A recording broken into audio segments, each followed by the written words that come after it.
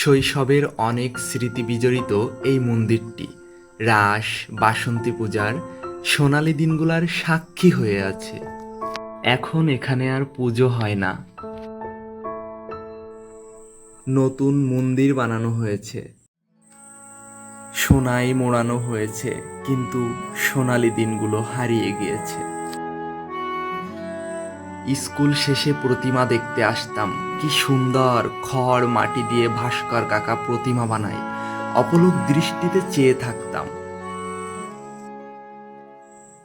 এই তো বছর 15 আগের কত চেনা মুখ সময়ের ব্যবধানে অচেনা হয়ে গেছে, কত কাছের মানুষ দূরে চলে গেছে। চোখে আজও ভাসে রাস্তার পাশ দিয়ে সেই পুরনো পাঁচিল, আর দুই পাশে দুইটা গেট।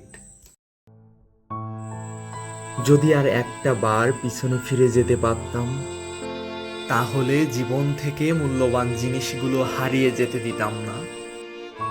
আমি সব কিছুর বিনিময়ে আর একটা বার ফিরে পেতে চাই সেই সোনালী শৈশব।